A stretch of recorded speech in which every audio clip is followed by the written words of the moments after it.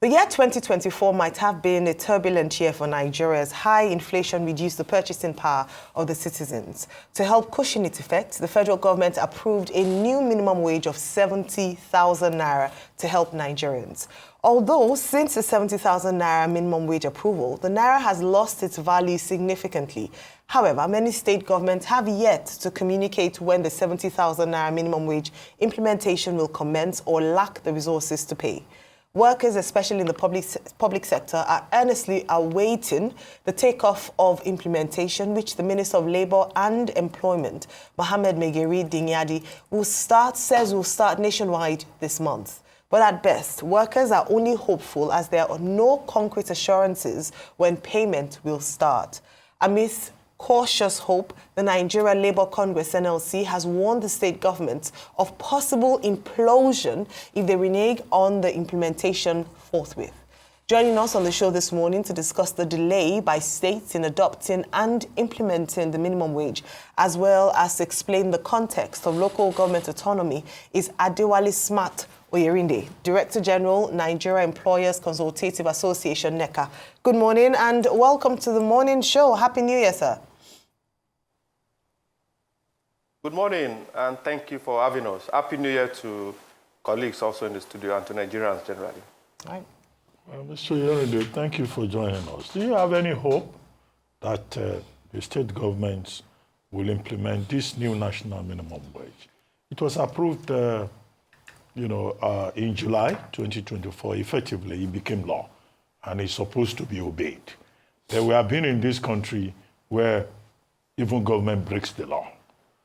Now, from 30,000 to 70,000, 6 states, Lagos, Ondo, I think Bayelsa, I think Rivers also have said, oh, they will pay more. And they have the capacity to pay more. In fact, Lagos is saying to pay 85,000. Even Rivers says it to pay 85,000. Some other states have expressed commitment, Osun, Anambra, Gombe, Borno, they promised they will pay. But some other states have said nothing. Now, are you optimistic that these states will respect the law and pay at least the new national minimum wage? And in the event that they do not, what do you think is likely to happen? Thank you very much once again. I think for us, for Nigerians generally and for the NLC TUC, our colleagues in the labor union, I think we have moved away from the context of hope. And I think the reality is what basically we should face. And all stakeholders, either at the federal, the states, and the local government level, I think the reality for us is that 70,000 has come to stay, and everybody should align with the law, except those that are exempted from paying the 70,000. The issue of having funds to pay the 70,000 also doesn't arise, because significantly, and it's no more hidden that the government itself, the federal government has is supporting consistently now the state government. The federal government, the allocation to state governments has increased proportionately. So with a little fiscal discipline, I think no state should complain that they cannot pay the 70,000 as approved by the president. We hope sincerely that this amount, the states will live up to expectation and actually pay the 70,000. If they did not pay, or shall I say if they refuse to pay, because capacity is not an issue now, I think the NLC and TUC probably will have to engage more, probably change their strategy for engagement so that they can get all these states to pay. We foresee initially, even at the time we were signing at the National Minimum Wage Committee level, when we signed, when we agreed 62,000, although Labour did not agree, we knew from the employer side that the next battle to fight is the battle of compliance. And we had raised this issue that look, compliance would be a big issue, and we should all collectively ensure that all of us on that table, or that were on that table then, we enforce or we agree that collectively we must all agree, we must all abide with the 70,000 as agreed by the president. So we don't see the state's not paying. We want to believe that it has been factored into their 2025 budget. Those that say it wasn't in their 2024 budget, most are presenting their budget now, or they've presented already to their House of Assemblies. So we believe it probably is in their 2025 budget, and we hope earnestly that everybody will abide by the 70,000. Because the circumstances now, as you agree with me, the economic situation now is also calling into question the viability of the 70,000 that we agreed at that point in time. But for me and for our association, we believe strongly that the state government should do the needful and meet the expectation of their workers. All right, thank you so much for talking about the value of the 70,000 naira currently since the agreement by the Wage Committee. And I know we had you here when we're having conversations around this, representing the organized private sector, and you were of the opinion that the amount could be quite steep. But if you look at that, between then and now, the 70,000 naira in itself has lost its value. If you adjust it with price of food, you would say almost, gone up by, about 1/3 of its original amount. If you look at the price of fuel, which contributes hugely to Nigeria's daily realities, it's gone up by double since the last time. Should we still be looking at a 70,000 naira minimum wage? I know the conversation is even that we can't even pay it, but should we even look at it? Because at the end of the day, if we're paying a minimum wage that is not a take-home pay for anyone yet, anyone at all, then are we just paying just for paying sake, just so that, like they say, let my people go? Now, our approach to the question from two perspectives. Now, from the private sector perspective, and then I'll try and be legalistic, a bit. Now, since it is a law, because we also have to be careful so that businesses or the government at the state or local government level doesn't go absolutely legalistic. To say, okay, it's 70,000, then I'm paying 70,000, nothing beyond 70,000. That would just be legalistic. Because in dealing with humans, in dealing with the very important factor of production, which is labor, you can't technically go legalistic. So first, let's deal with the issue of compliance, which is everybody pay the minimum, which is 70,000. Then for those that can pay above 70,000, as is currently being done by majority of the private sector businesses, many of the private sector businesses creditably are paying above the 70,000, and the private sector is also doing quite a lot within the context of support, different kind of schemes to aid workers and support welfare development of workers. That at the private sector is happening. But at the state level, at the local government level, I think what we should pursue first is the issue of compliance. The issue of high cost of living, the way it's affecting the workers, it's also affecting the business. The cost of logistics has gone up. The cost of input has gone up. Dollar now is about 1,600 thereabout. So for a business to import inputs, you can realize that, look, he's also paying much more within the context of input to his business. Interest rates is not coming down. So it's a whole multidimensional issue that you have to find a balance. And that balance is what organized businesses is trying to find. And that same balance, it was the state governments must find within the context of fiscal discipline that is being done currently in the private sector. All right. Now, when we make an assessment of the role of, specifically of the NLC in the minimum wage issue, by the end of last year, a lot of people had felt that the NLC had somewhat become a toothless bulldog in as much as the 70,000 agreement was reached. There were mixed sentiments around that for obvious reasons that you've already unpacked. That's one side of the spectrum. But on the other side of the spectrum, it's starting to seem more and more like the governors, the subnationals are holding the nation ransom in a number of ways. Minimum wage, LG autonomy, and now it's looking like the tax reform bills as well. So given those nuances and the context, what are the strategies that because earlier you said hope, but hope is not a strategy. So how do we ensure that the benefits trickle down to the person at the bottom of the food chain?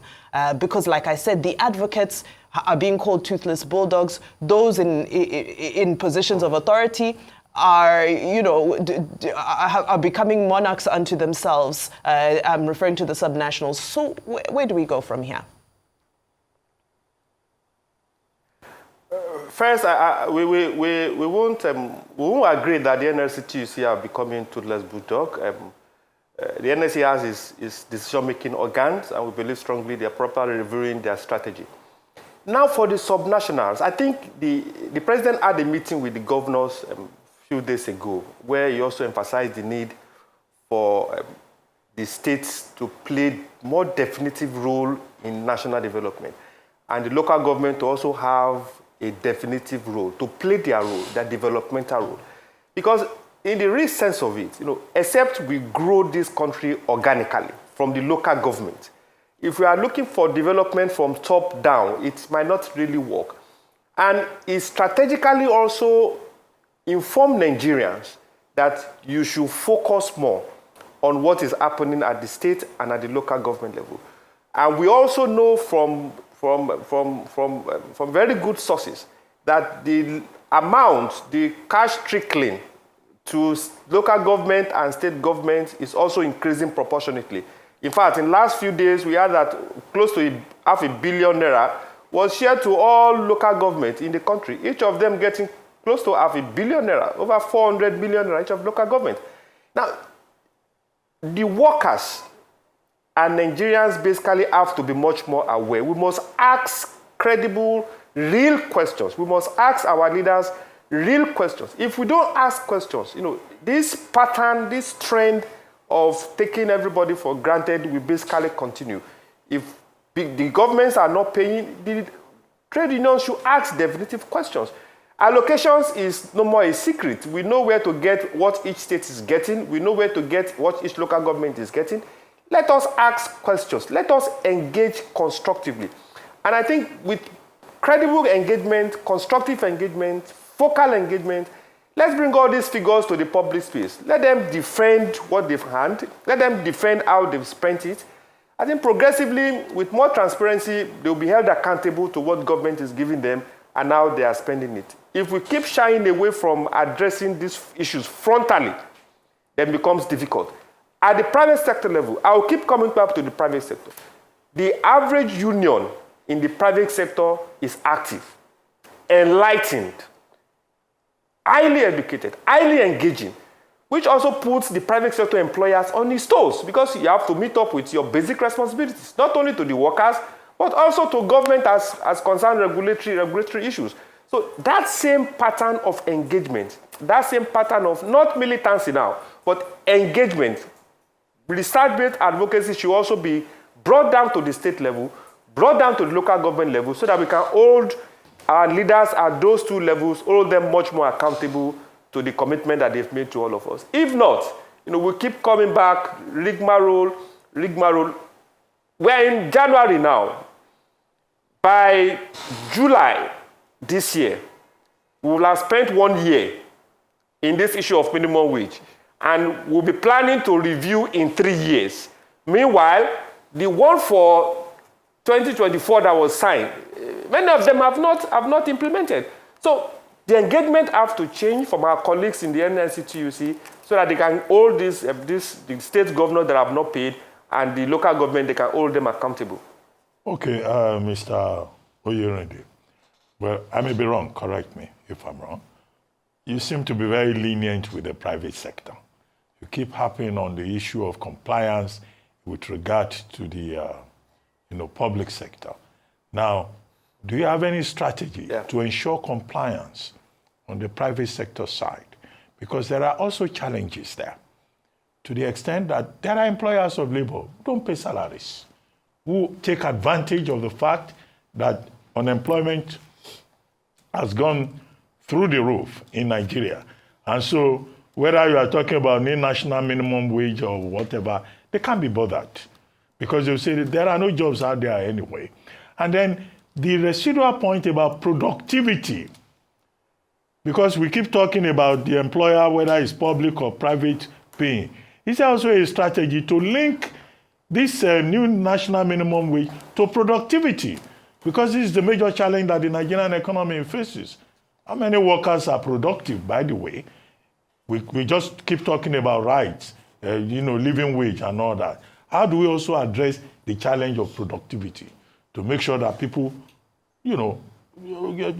work for the money that they are hoping to receive? Doctor, you said I'm being lenient with the private sector, but my comment about the private sector is basically from the perspective of the reality that we face, because we preach responsible enterprises. Enterprises that's not only responsible to its internal stakeholders, which is the workers, but also responsible to its external stakeholders, which is government in the context of paying tax and managing the stakeholders.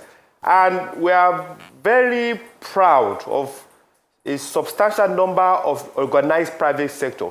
Because before we get to the 70,000, from the research we did when we were going for the negotiation at the National Minimum Wage Committee, we knew firsthand that many of our members are paying above 30,000. Many of our members are above the 70,000 realm, notwithstanding the challenges that they face. Now, they are most likely, and I will accept that, most likely some organizations, out of the context of the organized private sector, that have decided willfully or by circumstances that they cannot pay 70,000 or they are not going to pay. And the law is here to take its course. In the context of the law, while we have compliance, we also have provisions for enforcement. And the idea is, look, for as penny as I've decided, for whatever reason, that they are not going to pay the national minimum wage as enshrined in the law, the provision for enforcement should be applied. So for us, it's responsible enterprises, businesses should pay when they are supposed to pay. Now, in the issue of productivity, and I will still come back to the private sector because of what we do currently, productivity is key to the conversation with organized labor. A business that is running on credit is paying over 25% as interest. It doesn't have opportunity for collecting allocation from government. That business, we know that productivity is key to its sustainability and its competitiveness. So at the private level, the appraisal system, the key performance indicator are as bright as the sun.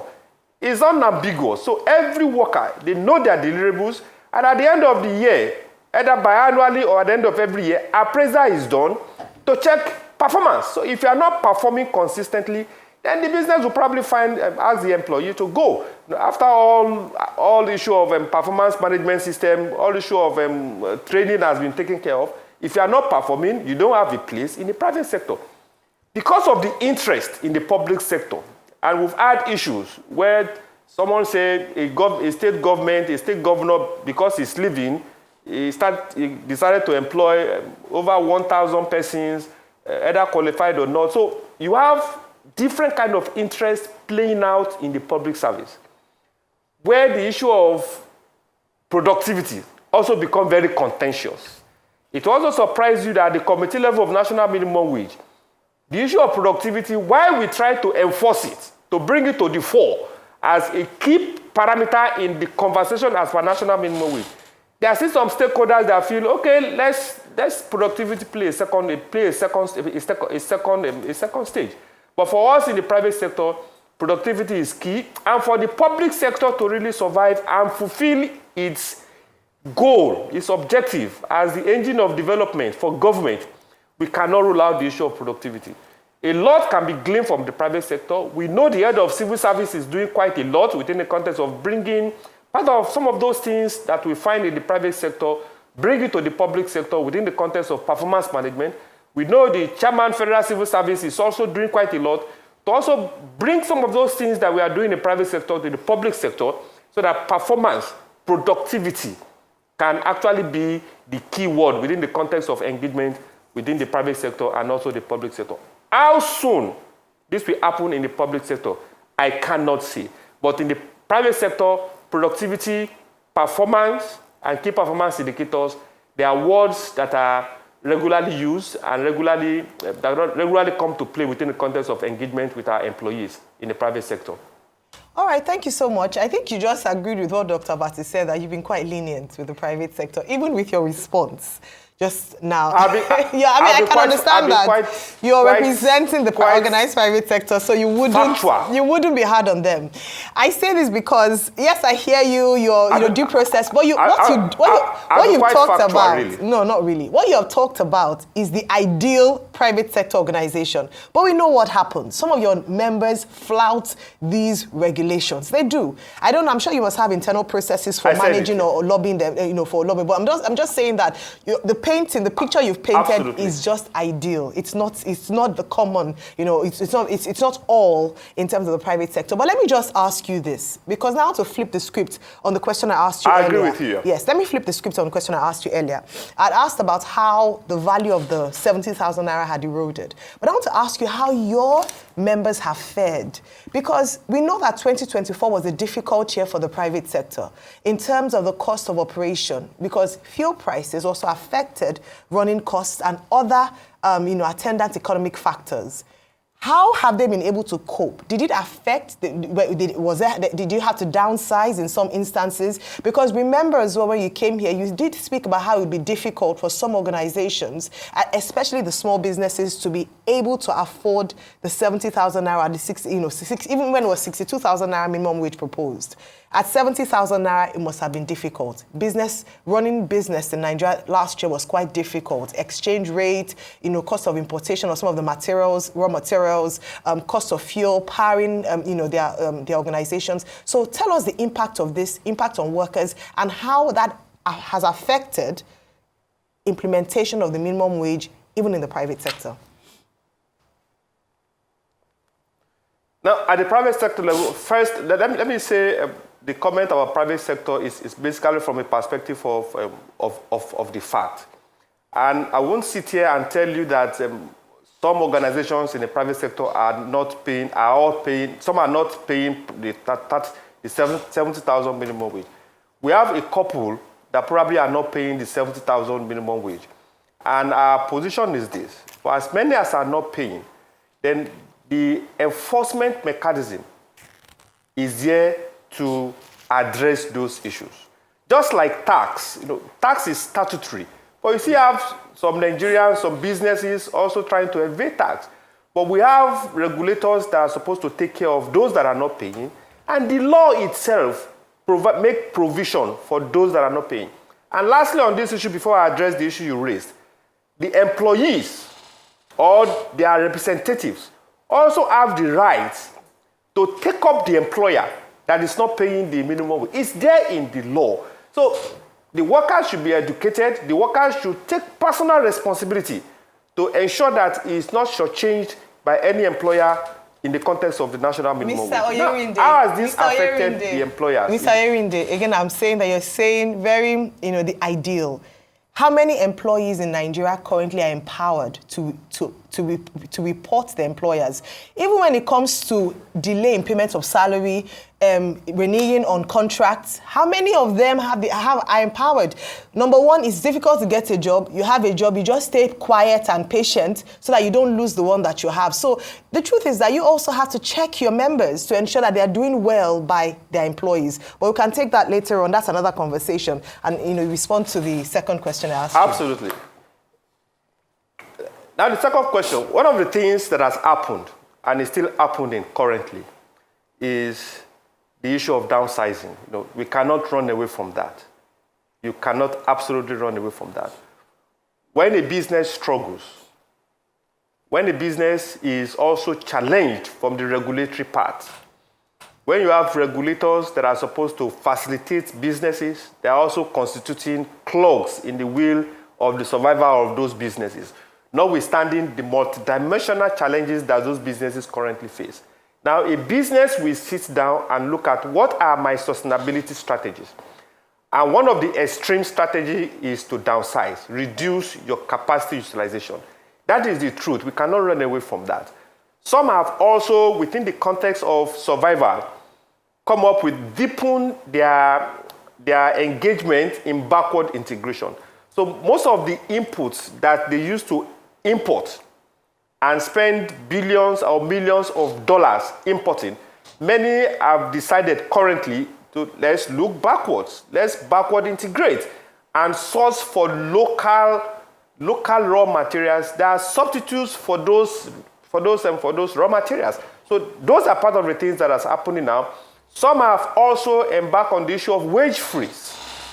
That look, it is important that we keep employees rather than increase wages proportionately to a stage where we cannot bear it. So for some organizations, there have been wage freeze that, okay, let's maintain this status quo now while it's enabled us to keep as many people as possible in job.